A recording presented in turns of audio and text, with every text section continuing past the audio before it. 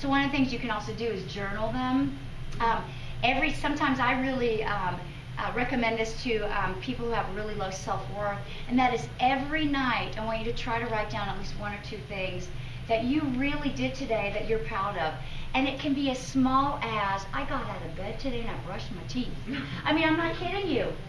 I'm not kidding. There are some people that are, clinically depressed, and for them, that's a huge goal that they've gotten to. So, I think that's marvelous. If that's your starting point, so be it. Let's work up from there.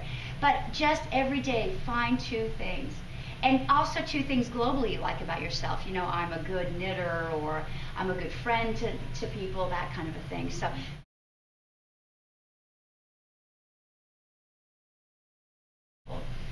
What are some other things that might be helpful in terms of low self-worth or jealousy when you feel them? What if it's a family member that you have a pretty good relationship with and there's an issue? You have a one-to-one. Exactly. How about a little communication? And how is it best to communicate with someone? iMessage, that's exactly right. So you guys have probably heard this before, right? Because the you message puts people on the defensive. You should have never said that to me, right? How do you feel when someone says that to you? So instead, the message, what really helps is, I felt really bad when you said that to me, and here's why. I'm having a hard day anyway, and I don't really feel good about myself, and that just really felt like you were putting me down, or that kind of a thing. It really lets someone know that you're in pain and that what they said wasn't helpful. Now, their response is something that may or may not be helpful depending on your relationship and their sensitivity. So, and it depends. You don't always have to bring this up with someone, but sometimes even talking to a friend that you trust, and maybe not the person that said it, can be helpful. So, all right. So I often talk about this. Controlling your beliefs. What are you telling yourself? This is a big one. For those of you who have talked to me before of other groups, your self-talk. What are you telling yourself? I'm not getting a job, therefore I must not be smart. Therefore I must not be worthy. Well, how about therefore the economy is horrible and it's really hard to get a job, and maybe I just didn't qualify, or there's a lot of other candidates that fit better, some more. So I'm really trying to be more realistic. I really like, you guys already said this, so you can use it as a motivator.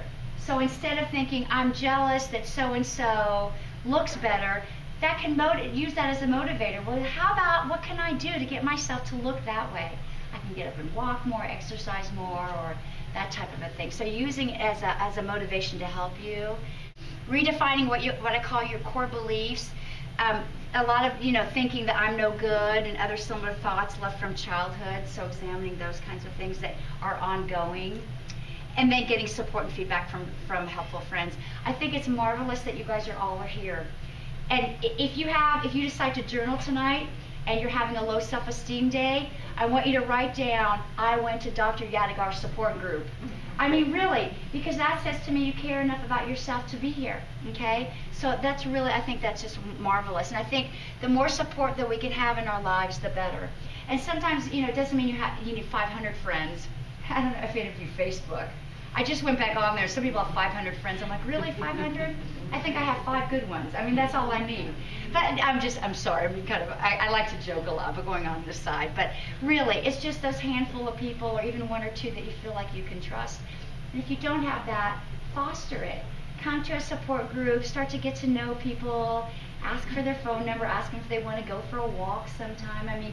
That's what these are for, to really start connecting with each other.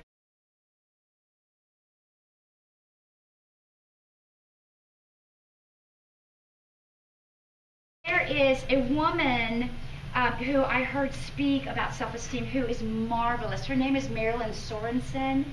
She has a self-evaluation on her website. She has a website which at the bottom here it has on there. She has some workbooks and some books. Breaking the Chain of Low Self-Esteem. She has some workbooks that you can buy that aren't too expensive. They have cards on them and you can work through different things. So a little bit cheaper than paying for therapy if you're disciplined enough to do it. But it's really terrific, and it's very self-explanatory. And so I'm going to give this out to you and give you a minute to look at it and see if you recognize some things in yourself. do not be alarmed if there's some things on there that are like, yeah, that's me. Again, we're all human. But there's a way that you can score it, which tells you kind of where you fall into the, do you have fairly good self-esteem, mild, moderately, or severely low self-esteem.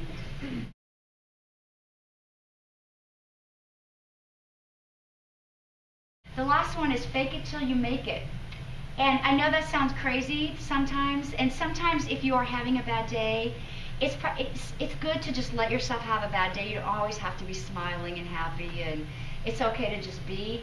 But it really, research shows with people that if you actually force yourself to smile, there are chemicals in the brain that will start to actually increase our feel-good chemicals. One of them is serotonin, which is a chemical that is depleted in people with depression. There is a biological connection between smiling and eventually your brain, those chemicals will raise, can go up if you kind of fake it long enough. Have any of you ever tried that and it's worked? And me too. Me too. And often more often than I care to share. So, I mean, really, there are some days where I just feel like, crawling into a hole, but put on a smile. And, what the feedback that you get from people around you is marvelous. It's like, if I smile, somebody smiles back at me, sometimes that's all I need. And so what triggers that is my smile.